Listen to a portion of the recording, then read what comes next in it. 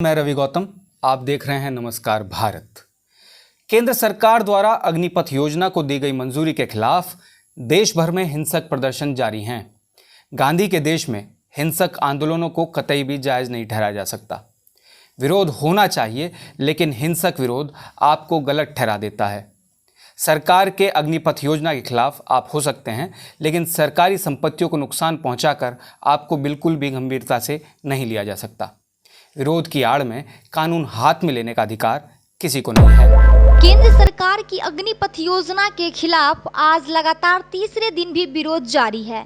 आज सुबह से बिहार के लखीसराय, बेगूसराय, हाजीपुर, मुंगेर, खगड़िया, औरंगाबाद, समस्तीपुर और बेतिया समेत कई जिलों में प्रदर्शन हो रहे हैं। प्रदर्शनकारी ने कई जगहों पर रेलवे ट्रक का टायर जलाकर वहीं 4 जगहों पर ट्रेन में आग लगा दी। उत्तर प्रदेश के बलिया में भी एक ट्रेन को आग के हवाले कर दिया। हरियाणा के नारनौल में प्रदर्शनकारियों ने जिला उपायुक्त के घर के ऊपर भी पत्थरबाजी की। इसके साथ ही राजस्थान, हरियाणा, मध्य प्रदेश, उत्तराखंड के भी अलग अलग जगहों पर प्रदर्शन जारी है।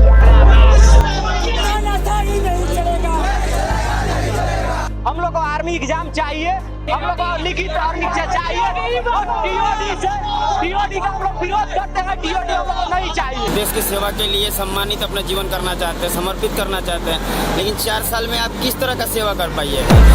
अग्निपथ, अग्निपथ, अग्निपथ, आखिर क्या है सरकार की यह योजना जिसके कारण बिहार समेत पूरे देश में केंद्र सरकार के खिलाफ विरोध प्रदर्शन जारी हैं? आइए सुनते हैं इस योजना को लेकर एक्सपर्ट की राय और पूरी रिपोर्ट। हमारे साथ मौजूद हैं सामाजिक मुद्दों के जानकार इंजीनियर रवि कौशिक जी। सर, बहुत बहुत धन्यवाद हमारे कार्यक्रम से जुड़ने के लिए। सर, हम आपसे जानना चाहेंगे कि देश में लगातार जन आंदोलन हो रहे हैं, बार बार युवा सड़कों पर उतर रहे हैं, क्या कारण है? देखिए शारदा, जहाँ तक जन आंदोलनों की बात है तो जो भी वैसे तो अगर हम प्रेजेंट में बात करें, इस समय जो सबसे ज़्यादा बर्निंग इशू चल रहा है वो अग्निपथ यानी अग्निवीरों का है। और ये उस भूमि से शुरू हुआ है जहाँ पे जयप्रकाश आंदोलन ने अपना आंदोलन शुरू किया था जी। और जेपी आंदोलन ने हिंदुस्तान की सत्ता को बदल दिया था। तो कुछ कुछ उसी तरह के इंडिकेशंस इससे भी आ रहे हैं, क्योंकि उसी जगह से शुरू हुआ है और इसकी अगर इंटेंसिटी देखें तो काफ़ी इंटेंस है। अब सवाल हमारा ये आता है कि इतने आंदोलन हो क्यों रहे हैं। देखिए, वैसे तो अगर हम अपने गवर्नमेंट की बात करें तो मैं मानता हूँ कि गवर्नमेंट जो भी कुछ सोचती है वो अच्छे के लिए सोचती है। वो अच्छा करने का, मैं उसके इंटेंशन पे कोई क्वेश्चन नहीं उठा रहा कि वो अच्छा करना नहीं सोचते, वो सोचते हैं। लेकिन ये बात समझ से परे है कि वो जिन लोगों के लिए सोचते हैं उन्हीं को विश्वास क्यों नहीं दिला पाते जी।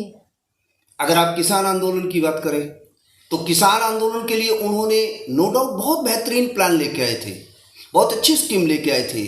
लेकिन क्योंकि किसान उसमें स्टेक होल्डर है, तो जिसके लिए आप प्लान बना रहे हैं, अगर उसी से आपने कंसल्ट नहीं किया और एक रूम में बैठ के आपने प्लान बना लिया और उनको ये बताया जाता है कि आपके लिए ये है, जब वो उस चीज़ पे विचार करते हैं कि इसके अंदर ये कमियां हैं, बस हमारी गवर्नमेंट उसको एक्सेप्ट नहीं करती।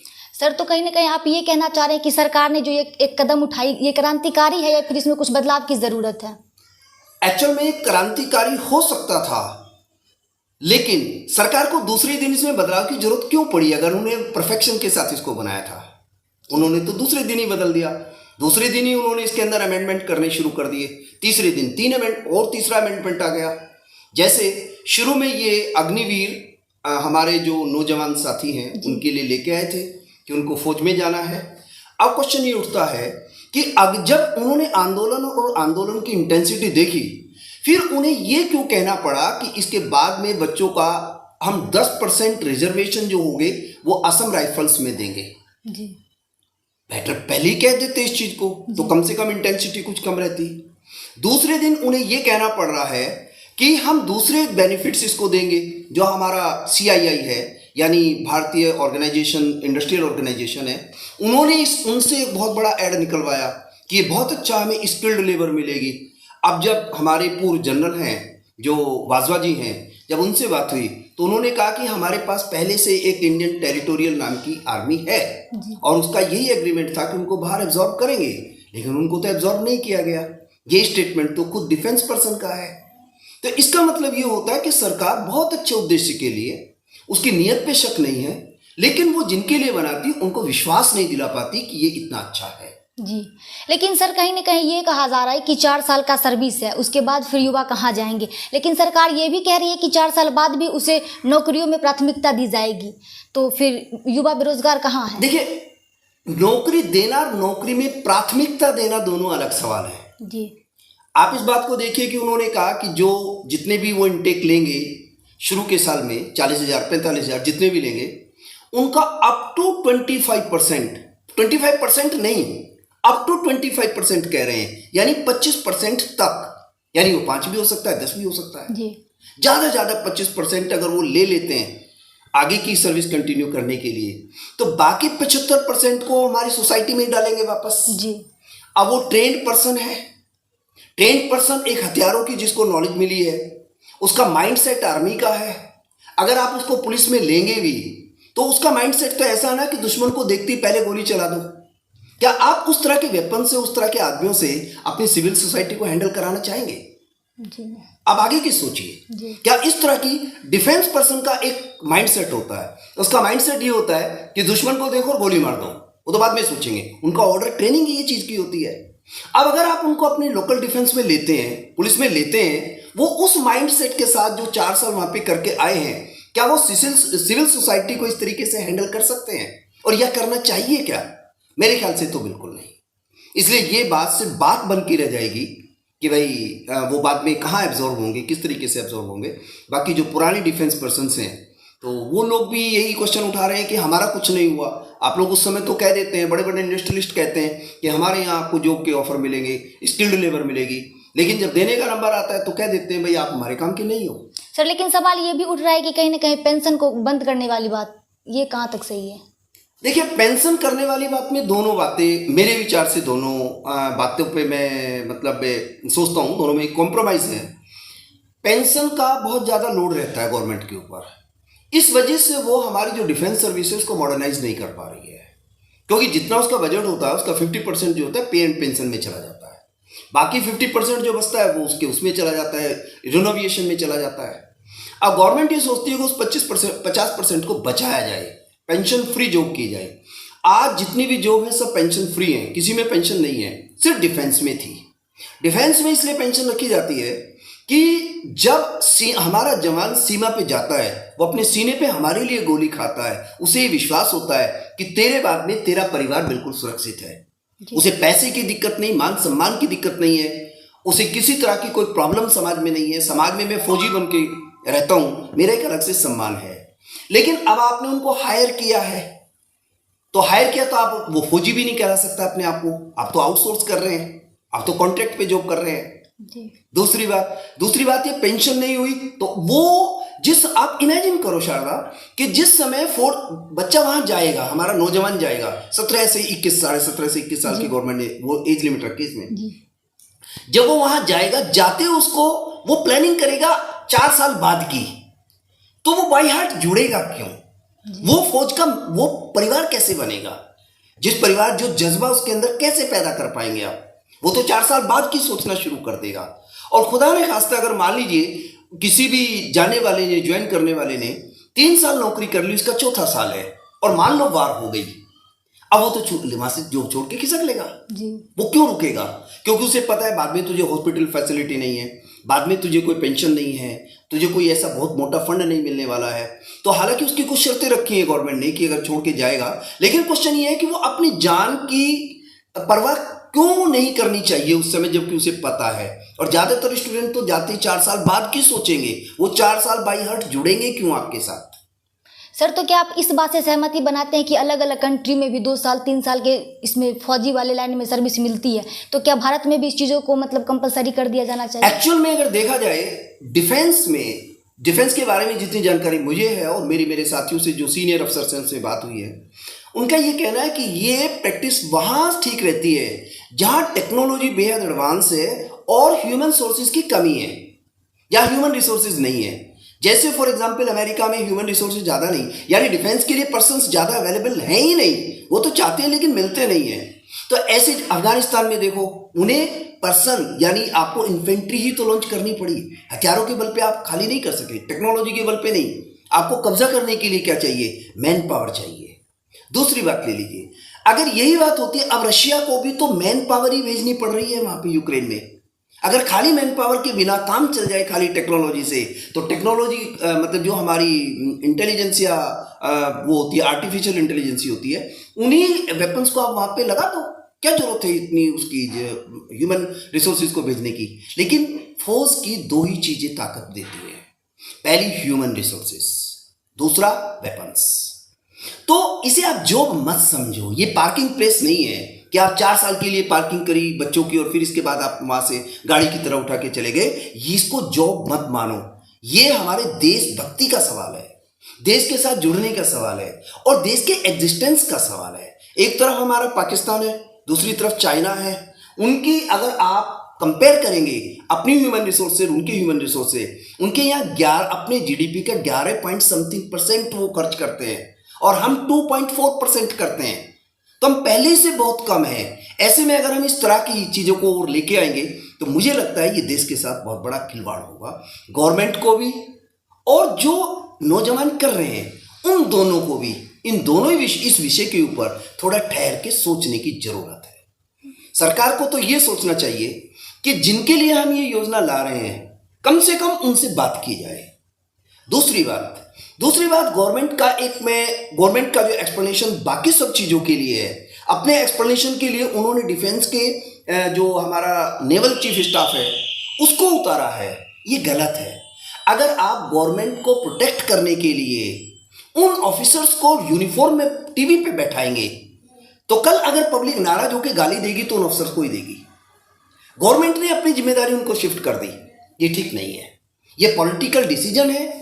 आप जो हमारे डिफेंस मिनिस्टर हैं, जो हमारे प्राइम मिनिस्टर हैं, उनको नेशन को एड्रेस करना चाहिए, न कि नेवल स्टाफ को आप बुलाएं। डिफेंस को इन सब चीज़ों से दूर रखना चाहिए। ये पहली बार जिंदगी में हुआ है पूरी हमारी हिस्ट्री के अंदर कि जब हमारा नेवल स्टाफ और chief of the air staff इन दोनों ने आए हैं और दोनों ने आके गवर्नमेंट को डिफेंड करा है। भाई वो तो जॉब में है, वो तो आपको डिफेंड करेंगे ही करेंगे, सवाल ये नहीं है। उनके इक्वलेंट दूसरे भी तो रिटायर्ड अफसर हैं, क्या अब वो उन चीज़ों को देख चुके, समझ चुके, भुगत चुके? क्या आपने उनसे एडवाइस करी है? मेरे एक दोस्त हैं जो कि कर्नल हैं, मैंने उनसे बात करी, बोले कि नहीं, हमसे इस बारे में कुछ कंसल्ट नहीं किया गया।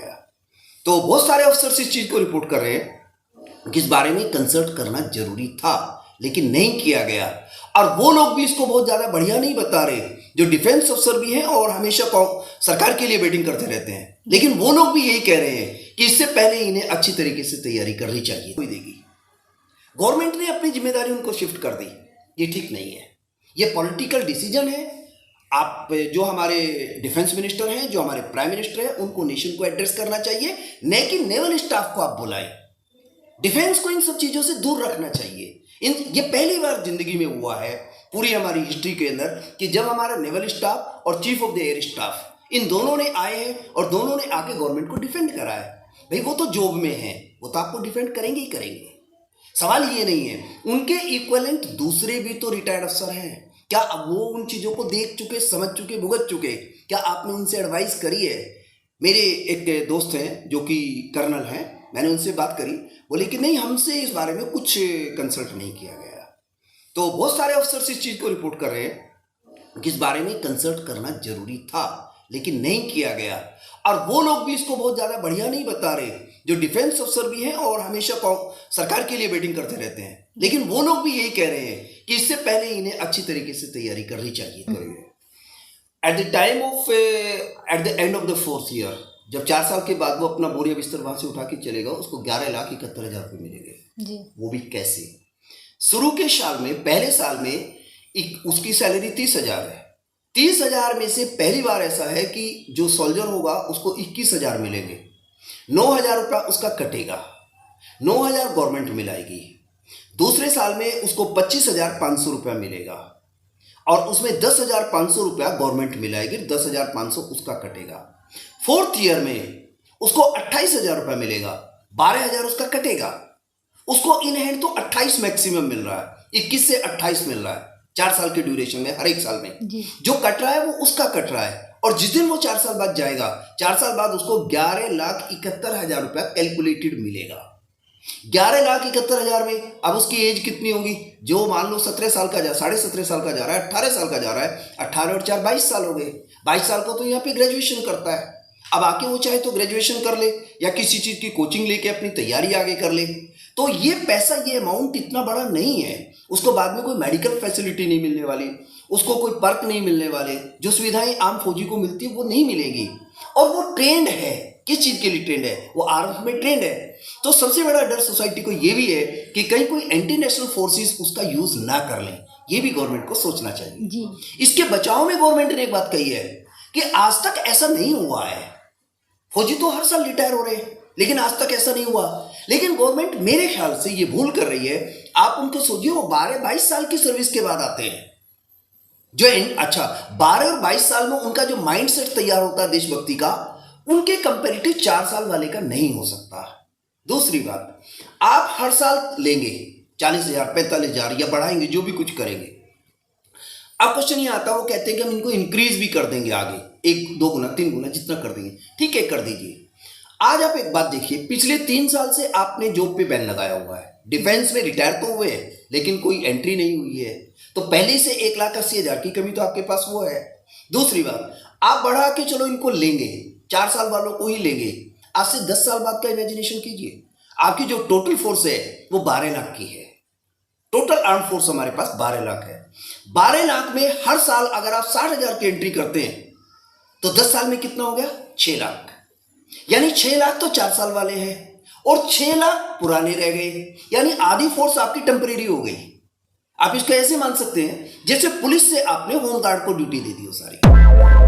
अभी हमारे साथ मौजूद थे सामाजिक मुद्दों के जानकार इंजीनियर रवि कौशिक जी। इन्होंने भी सरकार के योजना अग्निपथ पर अपना पक्ष रखा और देश में हो रहे हिंसक प्रदर्शन का इन्होंने विरोध किया। साथ ही सरकार को आईना दिखाने की बात भी कही। केंद्र सरकार द्वारा पिछले 2 सालों से सेना में कोई भर्ती नहीं निकाली गई।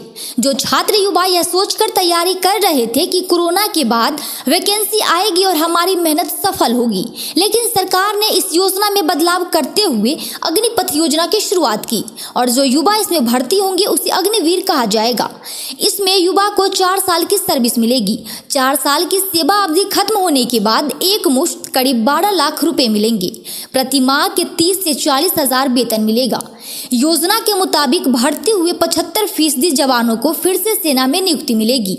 हालांकि उनकी पिछली सेवा की गिनती नहीं किया जाएगा और नए सिरे से काम शुरू करेंगे और बाकी 75% जवानों को नौकरी छोड़नी पड़ेगी। लेकिन सवाल यही है कि 4 साल बाद युवाओं का भविष्य क्या होगा। तो आपने देखा, जिन अग्निवीरों को दुश्मन के दांत खट्टे करने थे, वही अपने देश के अर्धसैनिक बलों से लोहा ले रहे हैं और देश की संपत्ति को नुकसान पहुंचा रहे हैं। सरकार सही है या गलत, यह तो वक्त बताएगा, लेकिन हम इस तरह के हिंसक आंदोलनों का पुरजोर विरोध करते हैं। इस तरह की वीडियो को देखने के लिए देखते रहिए नमस्कार भारत। वीडियो को लाइक, शेयर और सब्सक्राइब ज़रूर कीजिए।